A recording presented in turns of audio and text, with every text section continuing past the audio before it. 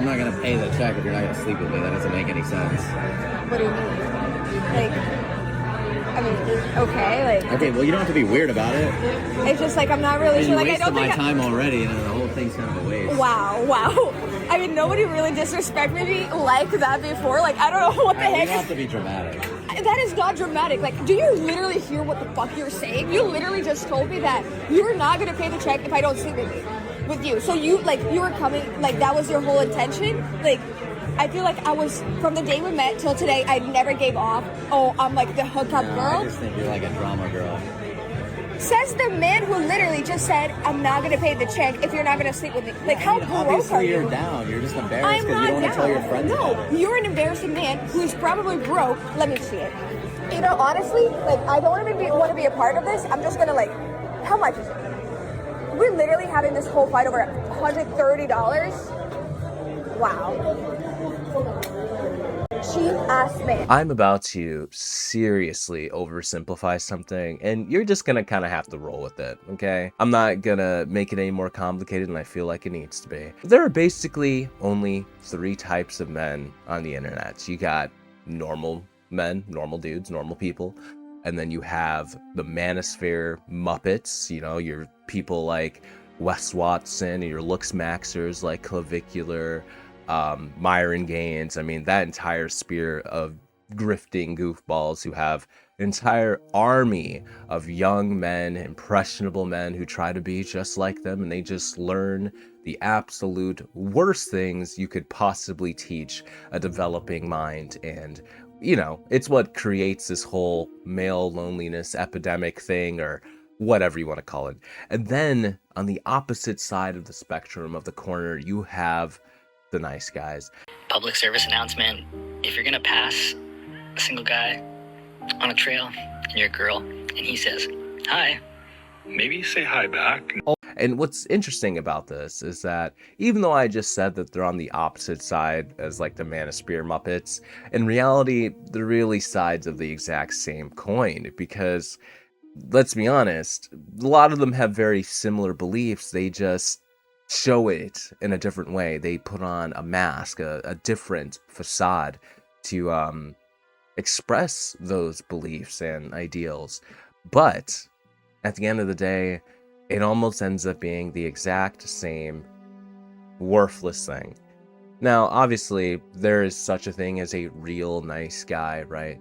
I think in the big 2026, we're just calling that a normal person. I know. So they actually do just go into that first category, because the baseline for any human being should just be a decent, nice person. I feel like that's the expectation. I don't think being nice should be worn on your chest like a badge of honor. In reality, that should be the bare minimum, to treat others with respect and to treat people of all different walks of life, different sex, whatever, as equals. You know, that's what a normal person would do. But nowadays, if you do that, you know, you get branded as like a nice guy. But depends on whether it's fake, you know, if it's fabricated, if it's performed. You know, there's all these different layers to this identity, and we're here to talk about all of that all in one space here, because there's been so much content, you know, over the last few years about this like fake nice guy concept. Now, it's kind of hard to find and put it all in one place, because there's just so much and spread all over the place. You know, you got Reddit stories, TikToks, YouTube videos, I mean, Ring doorbell footage. I mean, there's so many different avenues for finding this kind of stuff. And today I've put together quite a few different little clips that we're going to talk about. I find super interesting. A lot of great stories that I think you will all definitely enjoy. Now that you've kind of gotten a little exposition about, you know, what this is going to be about, how about we just jump right in with our first nice guy story.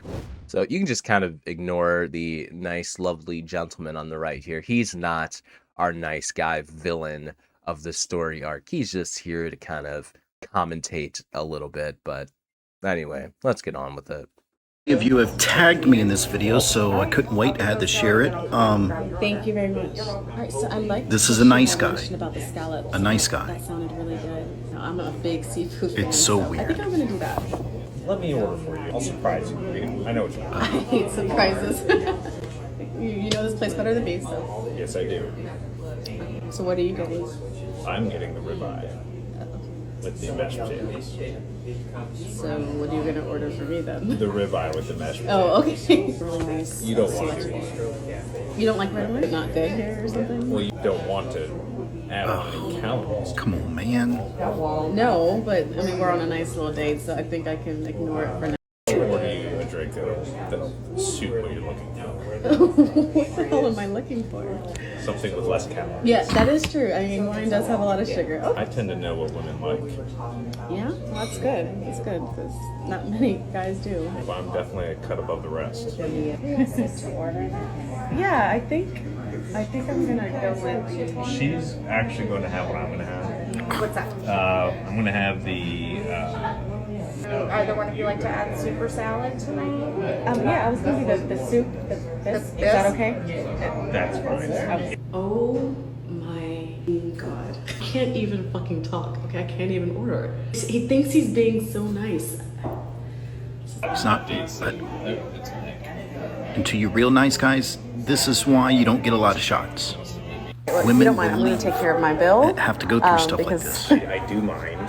I will go ahead and take care of it. No. Listen, I've had an experience like this in the past, and I do not want to repeat. So I will definitely. Well, that's not me. I will not embarrass me. Okay, it's not an embarrassment. Like I can also just cash out. It's you. borderline threatening. Okay. Don't worry about it. Let's just not make a scene. I forgot you like to open the door. Thank you. That's really nice of you. All right, I'm just gonna run into the car. If that's okay. No, it's not. Oh my God. Okay. I could have gotten in there a lot faster if I just ran. The gentleman has to get the Okay, door. that's fine. Thank you. You know, I'm having a hard time figuring out if bro is like a robot, an animatronic, or a serial killer. Because, like, he could be either of those things at this point, because these are not human sentences being spoken here. Not regular ones, anyway. His brother is unhinged. Oh my goodness. And first off, can we just appreciate our wonderful protagonist here for keeping her composure, keeping it cool, keeping it calm, keeping herself safe above all else during this, I imagine, terrifying encounter with this guy, because he seems like a very scary individual. Dude was trying to control her from start to finish. I mean, that's why she got the camera out, right? She's like, you know, if there's gonna be a murder here, I'm gonna make sure to document it. That was a joke, okay? But legitimately, yeah, this is the kind of person you definitely don't want to bring home to meet your parents, or he might eat them. God, I'm terrible. Anyway, let's dissect this. Let's walk it back and talk about it. I think any man who says on a date with you, when you don't even fucking know each other really, and they say the lines, I know what women want.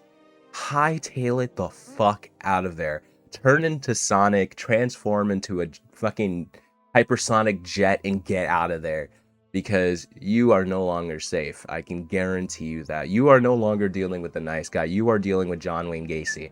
You're dealing with Jeffrey Dahmer. You are dealing with something truly terrifying. This person may have been possessed by a demon. Especially, I mean, the way the guy talked is chilling in and of itself, you know, so robotic, so like matter of fact, you know, like there's not a soul in that body at all. And this is what we're supposed to believe is a nice guy, right? These are the people who go on Tinder and these apps, and then they go home and they complain and they write posts on Reddit and Facebook being like, God, nice guys always finish last. Why can I never get in her pants after a date? Why do they never call me back? I'm so nice. Look, I picked out food for her. I ordered for her. I made sure she didn't get fatter that night. I mean, what else are you supposed to do? You know, I'm protecting her image, making sure she continues to look good for me. You know, how could she not appreciate that? That fucking heartless, selfish, entitled harpy. Could you believe this? Yeah, and then you got those people who take things to the extreme and end up going out and hurting women because of all the times they've been rejected. Now, I can never remember this guy's name for some reason. I hate it. I can never remember his name.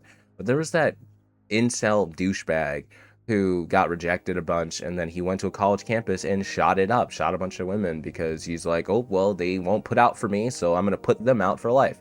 You know, like, it's horrible. I can't remember that bastard's name, but if you know, go ahead and comment it below. He was a terrible, terrible, terrible person. Anyway, I kind of babbled on about this clip for long enough, even though I want to keep talking about it because there's so much to talk about in this horrifying display here. But we'll move on because there's others that we need to address. Men who gave nice guys a chance, how did it work out? He seemed a bit shy, but goofy, smart, and genuinely kind when he approached me. So I agreed to go out and we hit it off at first. Deep, meaningful conversations about our personal challenges, him quickly meeting my friends, and me being the first person he called after a family emergency. We were both pretty vulnerable, but things were seemingly progressing somewhat well. One day, he was on Tinder in bed next to me. Oh my God. And when called on it, he said that dating me had made him realize that he needed more confidence and experience with women, and thus needed to date a lot more different people, but that he only the others at their houses. So I was obviously his number one. I freaked, cried, and broke things off. He called me the next day to casually ask me out to watch the new Hunger Games movie. I got an STD screening in the next week. He harassed me at work for another 6 months. Harassed me at work? For another 6 months. Wow. Nice guy, you know. I f*** the others at their houses, so you're my number one. You are my number one. So, nice guys, you can often, you know, attach the expression a wolf in sheep's clothing to. But there's different types of wolves. You know, you got like Mexican gray wolves, you got like the American wolf, and then you got the I'm screwing a bunch of other women wolves, you know? And that's the one we're dealing with here, where the guy here, he's basically masquerading as a nice guy to earn your trust, to make it seem like he's a real safe, real good dude, and you can invite him into your home and all that stuff. And maybe he actually enjoys spending time with you more than the other women because he just, you know, sees them as a booty call. But you're fun to watch Grey's Anatomy with, or, you know, Gossip Girl, you know, sometimes. Like, he likes that occasionally. But behind your back, you know, while you think you're really getting involved with, you know, something that could be a long-term relationship, something that might be serious someday, he is doing all types of degenerate activities behind your back, getting with all these different women and stuff. And, you know, some people might make the argument, especially people in the manosphere space, where like, oh, well, you're not exclusive yet, so you can do whatever you want. Here's the thing. If one person believes that you might be exclusive or borderline exclusive or getting there or something, you know, that's something that obviously needs to be communicated. And not just that, but if you're like shagging a bunch of people, you know, you get off work and you go to this girl's house and then you go visit your number one, and then the next morning you're at some other person's house or whatever it is, because he, you know, says I only do it at their houses. I don't know what that means. Like, how does that save face here? I don't know, confusing. But anyway, yeah, that sort of thing should be disclosed as well, because obviously the first thing this person thought was, well, firstly, damn, this sucks. I thought you were cool. I thought you were a good dude, but you're actually POS. But secondly, what came after that was, I need to get an STD check, because who knows what type of diseases you might have if you're constantly clapping cheeks before coming over there to fucking eat popcorn and watch Netflix shows. And it's so bizarre to me that this guy, like, I don't know, like, firmly believed that he didn't do anything wrong.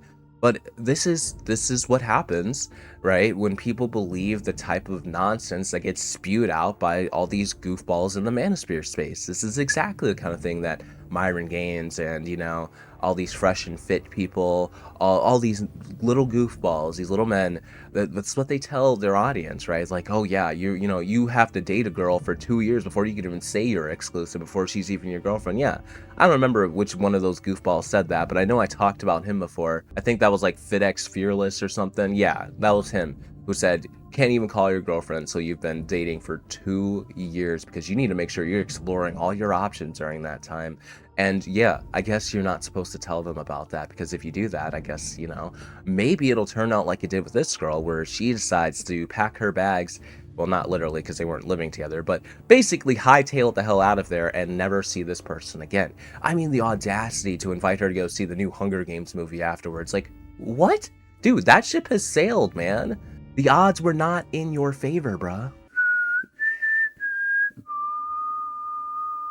Bro got to the cornucopia and got shot in the back with an arrow pretty much immediately, and it was deserved. My ex is the kindest man I've ever dated, and I fucking hate him. I am so mad at him. Oh my god. It's like manifesting in the worst ick of my life. I wake up every morning nauseated. I'm so annoyed that I dated his ass.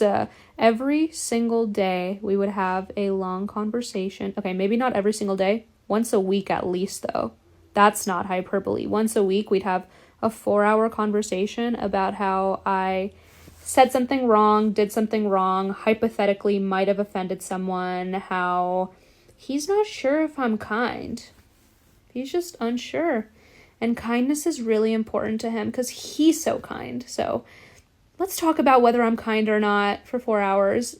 And that was basically conversations where I had to just like defend myself and be like, no, I am kind. I'm so kind. You misunderstood. You know what? Maybe I'm a huge fucking bitch. Maybe I'm not kind. But here's what I know for damn sure. I'm not performing kindness for anyone the way that it was so important for him to. I had to perform for him like a dancing monkey that, no, I am kind. And he had to perform like a dancing monkey for the rest of the world that he's kind. Guess what? If you're really kind, if you're really a good person, not something you gotta advertise. It's not something you gotta explain over and over and over again. That's the vibe. And if you don't think that's my vibe, let's just fucking break up. I have felt degraded by many men in my life. I've never felt so degraded as with this man who was accusing me every single week of not being kind. Now, this particular wolf is the one that we call the manipulative douchebag in sheep's clothing. So this is an archetype of the nice guy epidemic, right? The man who basically makes you feel like you need to prove yourself, prove your worth, prove that you're a good person because I'm so awesome, right? I'm the nice guy. I'm the nicest person you've ever met. But like, why aren't you living up to my standards, sugar? Huh? How about that, sweet pea? What are you doing? You know, be nicer, be better. You need to prove yourself. And meanwhile, that same person is trying to prove to himself and the entire world that they're actually really nice when they're actually just manipulative douchebag asshole. And she's correct. If you are genuinely a nice person, it doesn't need to be performed. You don't need to put on a whole song and dance and shake your ass and all that good stuff so people like you. Now, this is something I feel like nobody ever even attempts to address. And I'm not a fucking psychologist. I'm a physicist. Like, my area of science is like in the opposite corner of this area of science. But you know what? I'm going to speak on it anyway. Fuck credentials. Okay? But here's the thing. If you're a person who has like, you know, shitty tendencies, like, you know, something in your life led you to be kind of a douchebag all the time, and you just fake being nice or, you know, whatever it is. First off, I think my unprofessional advice is seek therapy. I think above everything else, that's probably the best thing you could do for yourself. Because instead of trying to just fake being nice or fake being a good person, how about you actually go work on yourself in a meaningful way that could actually make you or help you change to actually be a better, more empathetic, more insightful, more respectable human being. I don't know. Some people just denounce therapy for some odd reason. There's like a negative stigma that especially men have towards it, which is just ridiculous. Go get therapy. Go actually do something that helps you to deal with, you know, the struggles and challenges in your life. Because at the end of the day, you know, this may inherently be you because of some chemical imbalances or whatever it may be.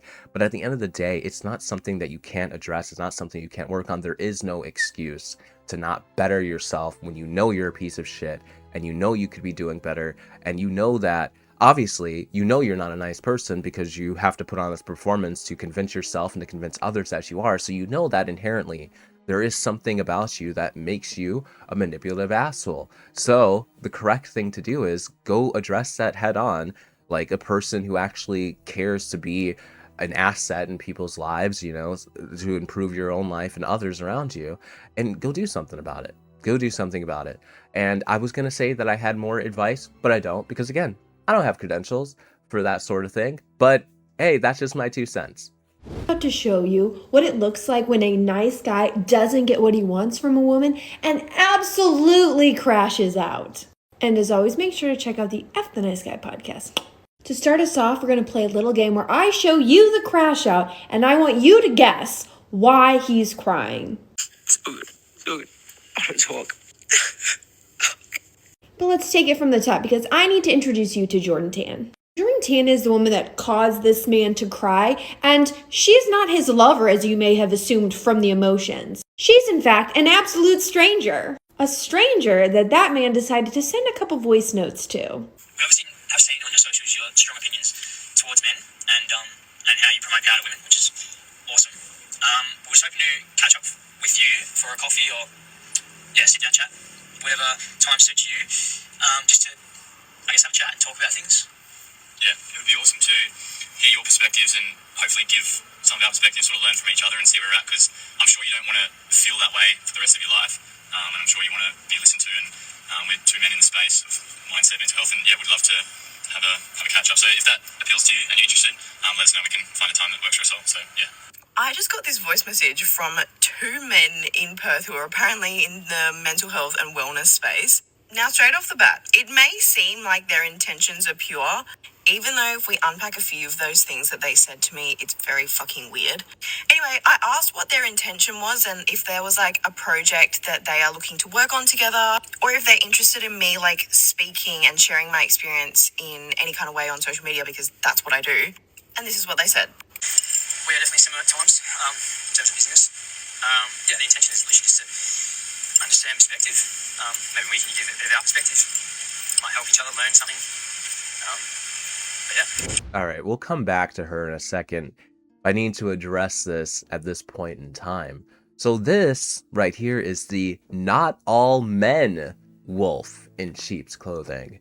Now, this doesn't necessarily mean that these guys are terrible people or anything like that, but it seems oddly dismissive, right? When she responds with like, oh, I want to talk about, things from, my perspective and like, share her thoughts and blah, blah, blah. And they're like, yeah, we want to talk. we want to talk. We want to do the talking here. Okay. We have a perspective that we want to talk about. Let's just make sure that's understood first. Okay. Now, here's the thing. I don't think a lot of people, the not all men crowd, understand this.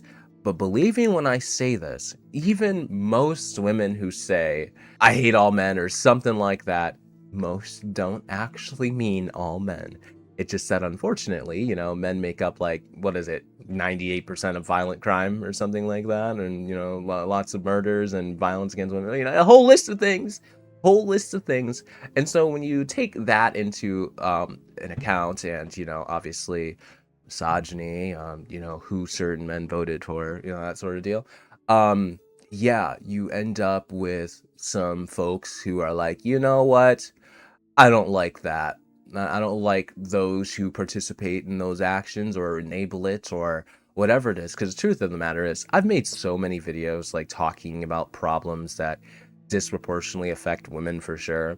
And then you get angry men in the comments who like try to somehow make a problem out of that, of me making a video about talking about those issues and try to act like, I don't know, that they don't exist or like they're not actually problems. Dude, I made a video talking about like Savannah's law, which I think is like Tennessee. I don't remember where it's at, but basically a law that makes it so that domestic violence perpetrators have to be put on a registry effectively. And I was talking about how that's a good thing. And then you had all these goofball men being like, no, this is terrible. And, women lie and all this nonsense. This is bullshit. They're coming after men and then they're going to screw us all over. And it's like, bruh, how is this your concern right now? In fact, there shouldn't be a concern. First off, domestic, word that I can't say unless I want this video to be buried, affects people of all sexes. It affects children. It affects everyone. This is good for all people. You should just be happy that perpetrators are going to be prosecuted potentially or put on the registry so that other people don't have to suffer at their hands. But they're more concerned about, I don't know, men being falsely accused. I don't know. Anyway, back to this video. Two men just saying, hey stranger, you want to meet up with us and just share our perspectives? Not to mention the fact that Jordan's time is valuable. She makes money sharing her perspectives. And so the idea that these men just want her to show up to meet them under this vague pretense and exchange ideas, I guess, really showcases they're not valuing her time. And also this idea that, having experienced many things in her life and being a very educated person, that these two dudes not only could educate her or change her perspective on men, but that she would want them to. But I digress. She actually decides to do them a kindness, in my opinion, which is to send them resources. She sends them a couple books. She sends them podcast links. She sends them links to a charity, if that's what they want to do, help other women. And she declines their offer to meet up with them. And the only thing they say back to that is, well, why? Why don't you want to meet up with us? This coming from a man whose whole platform is talking about that he's doing rejection therapy. And yet when a woman says, I don't want to meet up with you, he's immediately like, well, why not? So Jordan posts her video, basically talking about what they had done, why it was creepy, why she was under no obligation to educate these men, how hypocritical it was for them to reach out saying they want to change her opinion of men, then doing the same behaviors that women hate from men, refusing to be rejected, demanding their time, and offering up a very unsafe situation. And she was still kind in that she did not name the two men that sent her the voice note. But as you saw in the crying clip, he outed himself. Stay tuned for part. There you have it. She explained it way better than I ever could, and absolutely hit the nail on the head. And I feel like I really don't need to add much to this, but I will just say that this is exactly the problem, right? Could you imagine that? Imagine that scenario being like, this person has, X view on men or whatever, right? It's all, this laundry list of things, and these are problems that they talk about, etc. And then you go out of your way to be like, I'm going to change your opinion. Okay, let's meet up and talk about it. I want to change your opinion. And then you're not respectful about like their time or anything. And then when you're told no, you do again the exact thing that like they like you literally corroborate the problems that they had in the first place. So I don't think you would have done a very good job changing her mind. In fact, I think she got everything she needed to know just from this interaction, unfortunately. Guys fail theory that men have, circulating in the manosphere space especially. And we're going to talk about why it's a load of hot bullshit. Women will forgive you for being a jerk. They'll forgive you for being unavailable. And they'll forgive you for cheating. They will not forgive you for being a nice guy. All right. How many of you agree with that? And let me guess, almost none of you. And yeah, me neither. Because the truth of the matter is, I'm married, right? I have a wonderful, awesome, beautiful, cool wife. And she would not forgive me for those first three things. Except, maybe like being a little bit unavailable for a little bit or something if I'm like sick. Or like, I don't know, having a really, really, really bad day and I just need to sleep and, not exist for a little bit. That sort of deal. But like, it's ridiculous to say that they will not forgive you for being a nice guy. Maybe a fake nice guy, like, the ones that we've witnessed throughout this video. But being a regular, normal person, what's there to forgive? See, this is that backwards, sick logic that has turned young men into like a bunch of troglodyte goofballs who don't understand anything about themselves, and especially not women, because they get taught this stupid nonsense of like, oh, if I'm nice, she's gonna ignore me, or like if I'm just being myself, she's gonna, reject me because that's not good enough. I need to be like this alpha male, giga chad, chiseled jawline, hairy faced caveman in order to sustain a healthy relationship. So does that logic ever at any point make even the slightest amount of sense? To think that you need to fake your entire personality, everything about you, to be a completely different person than yourself in order to have a relationship. Can you even fathom how ridiculous that is? It makes no sense. Imagine having to spend your entire life being completely fake just so that someone will like you. Clearly, that person was not for you. If you have to be someone else to maintain a relationship, then again, that person's not for you. You should be able to be yourself, the best version of yourself, and maintain a healthy relationship. It's really not that fucking complicated. Now, unless you're like some turbo giga douchebag by default, you know, you might have trouble, in which case, again, seek therapy. Do something about it, because being a turbo giga douchebag is not the baseline, it's not the default, it is a problem. You know, that's something you should absolutely address. Now, we've got one more clip I want to take a look at, and it's another one that shares kind of a look into the perspective of like the big difference between a nice guy in quotations and a nice guy. I said before that I have never met an actual nice guy who didn't have a baddie in love with him. And I will also further say I've never met a nice guy who was lonely. Like, yeah, I've met nice guys who were single, but they were never lonely. They had richness in their families, in their friendships. They were making effort to put into other relationships they had that were not just romantic. So even though they didn't have a girlfriend, they still had love, they still had life, they still had connection. A lot of the men who are lonely and complain about loneliness deserve to be lonely. You are a toxic person who does nothing to benefit anyone else in your life. So why do you feel like you deserve to have partnership when you're not willing to enrich anyone else but yourself? You want to benefit off partnership. You want to grow from partnership. And you think that having partnership will add to your progress. But you can't see yourself doing the same back. Because whenever I meet nice guys, they always have nice friends who care about them, who actually know each other's birthdays, who actually go and do things together. Somebody with incredible, unbreakable friendships since I was in elementary school, I can corroborate, you know? Yeah, you know, there's always going to be points where, you know, even, you know, people who have great friendships might find themselves being a little bit alone because maybe they, you know, shut off from the, you know, from their friends or their circles and stuff like that. People do that, and that doesn't obviously make you one of these fake nice guys or anything. What they're talking about here is people, or are people, who basically are like, I'm so alone. And the truth of the matter is, it's because, yeah, they don't nurture friendships and relationships, and they don't actually put anything into building anything with people. And then they expect a partner to love them and, you know, all of that stuff. And it's like, you can't even maintain a friendship. You know, that's going to make things pretty complicated.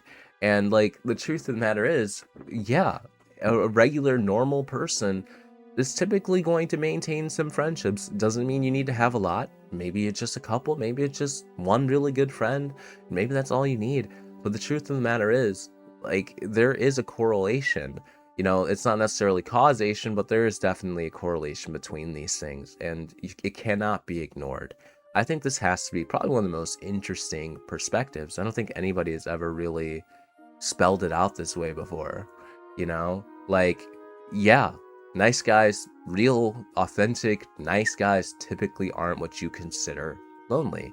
They usually do genuinely have real friendships and relationships, etc., prior to, you know, obviously a partnership with someone else. Whereas these real lonely guys who are like, I'm so nice, why doesn't anybody love me? You know, why am I not getting the swirly whirly 3000 every single night, the gawk gawk 500? Well, it's probably because you're not as nice as you try to pretend to be. And then when you try to pretend to be, it doesn't come off as real. It's not authentic. Anybody with a brain and eyes can usually detect that pretty quickly, which is something we've seen throughout this video of those who have called it out, experienced it, pointed out and said, no, this is wrong. This is off. This isn't right. Not good. Anyway, that's it for this video. Let me know what you think in the comment section below. See you all next time.